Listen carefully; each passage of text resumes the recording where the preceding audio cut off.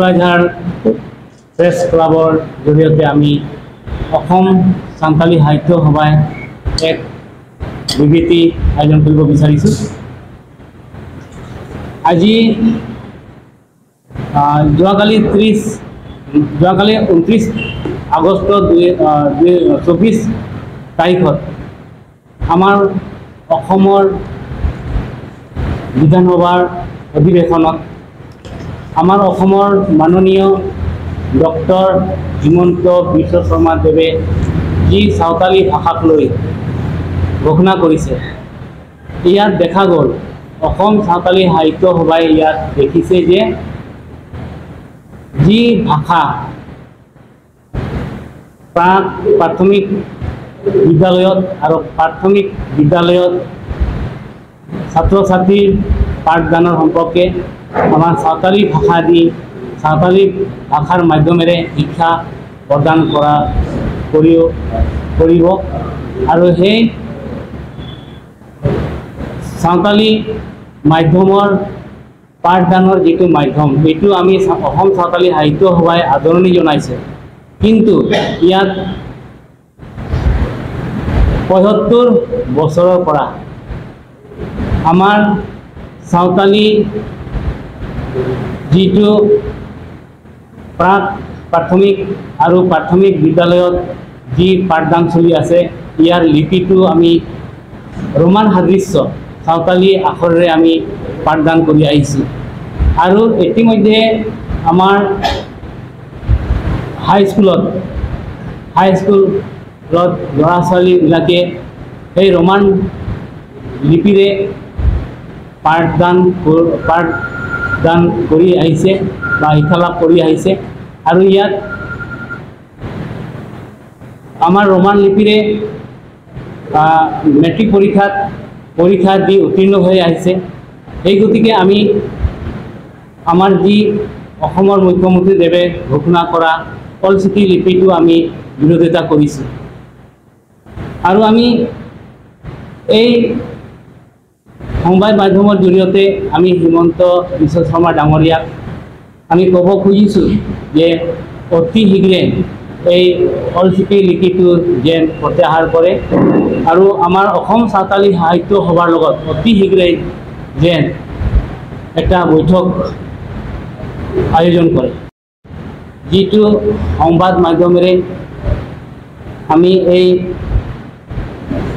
আমাৰ অসম সাঁওতালী সাহিত্য সভাই আশাবাদী যেন পৰৱৰ্তী কালতো আমাৰ দাবীক লৈ আমাৰ অসমৰ মুখ্যমন্ত্ৰীয়ে মন কাণ দিয়ে যেন।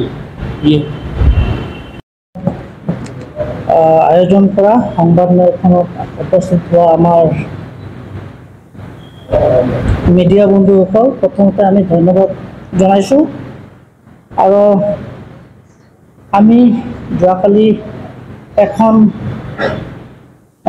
টিভি নিউজ এটাৰে আমি অসম বিধানসভাত মুখ্যমন্ত্ৰী সাঁওতালী মিডিয়াম বিষয়ত উত্থাপন কৰা কথাটো আমি আদৰণি জনাইছোঁ।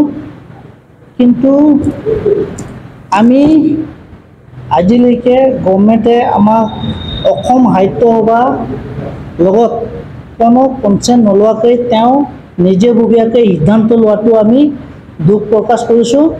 গতিকে অসম চৰকাৰে যিটো যোৱাকালি অধিৱেশনত তেওঁ লিপি কথা কৈছে, এই লিপিটো আমি বিৰোধী কৰিছোঁ আৰু সেই প্ৰস্তাৱটো তেওঁ উঠাই ল'ব লাগে বুলি আমি দাবী জনাইছোঁ অসম চৰকাৰক।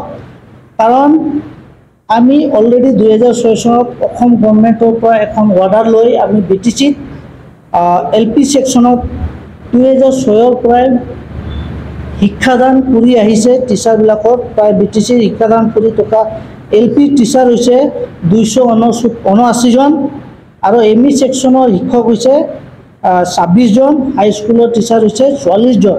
ইহঁতে 2006ৰ পৰা শিক্ষাদান কৰি আহিছে ৰোমান স্ক্ৰিপ্টত। আৰু সেই মৰ্মে আমি স্ক্ৰিপ্ট তেওঁ আমাক জাপি দিয়াটো আমি মানি নলওঁ।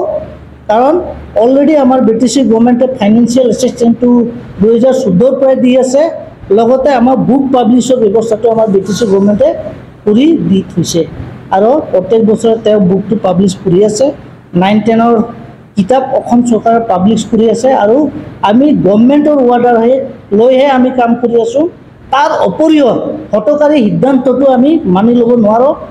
গতিকে আমি অসম চৰকাৰক দাবী জনাইছোঁ যে অতি শীঘ্ৰে যোৱাকালি অধিৱেশনত উত্থাপন কৰা বিলখন উঠাই ল'বলৈ কাৰণে আমি দাবী জনাইছোঁ। ধন্যবাদ জ্ঞাপন কৰিছোঁ। আজি আয়োজন কৰা আমাৰ কোকৰাঝাৰ প্ৰেছ ক্লাবত যোৱা 29 আগষ্ট 2024 তাৰিখত শৰৎকালীন অধিৱেশনত যিটো আমাৰ অসমৰ সন্মানীয় মুখ্যমন্ত্ৰী ডক্টৰ হিমন্ত বিশ্ব শৰ্মাই অষ্টম অনুসূচীত অন্তৰ্ভুক্ত হোৱা বিভিন্ন ভাষাৰ বিষয়ে উল্লেখ কৰিছে আৰু ইয়াতে আমি দেখিবলৈ পাইছোঁ যে সান্তালী ভাষা ইয়াত ঠাই পাইছে আৰু ঘোষণা কৰিছে যে সান্তালী ভাষাক প্ৰাক প্ৰাথমিক পৰ্যায়ৰ পৰা প্ৰাথমিক পৰ্যায়লৈকে নিজৰ মাতৃভাষাৰে শিক্ষাদান কৰিব। সেইখিনি আমি আদৰণি জনাইছোঁ। কিন্তু আমাৰ মাজত এটা কথা আহি পৰিছে যে আমি কেতিয়াও নেদেখা নুশুনা এটা আখৰ আমাৰ জাতিটোক জাপি দিয়াটো অতিকৈ দুৰ্ভাগ্যজনক আৰু জাতিটোৰ কাৰণে ক্ষতিকাৰক। সেয়ে আমি চিন্তা কৰিছোঁ যে সন্মানীয় মুখ্যমন্ত্ৰী দেৱক আমি আহ্বান জনাইছোঁ যাতে অতি শীঘ্ৰে এই গ্ৰহণ কৰা প্ৰস্তাৱটো উঠাই লয় আৰু সান্তালী সাহিত্য সভাৰ লগত অতি শীঘ্ৰে বহাৰ বাবে আয়োজন কৰে।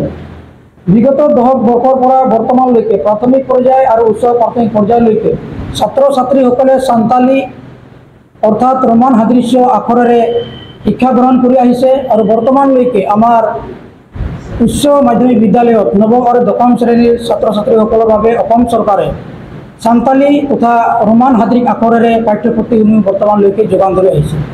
তথাপিও চৰকাৰে আমাৰ মাজত তেনেকুৱা চক্ৰান্তমূলক কাম কাজ কৰাটো আমি মুঠেও পচন্দ কৰা নাই। অতি শীঘ্ৰে প্ৰত্যাহাৰ কৰক, অন্যথাই আমি ইয়াৰ বিকল্প ব্যৱস্থা ল'বলৈ আমি সাজু হৈ আছোঁ।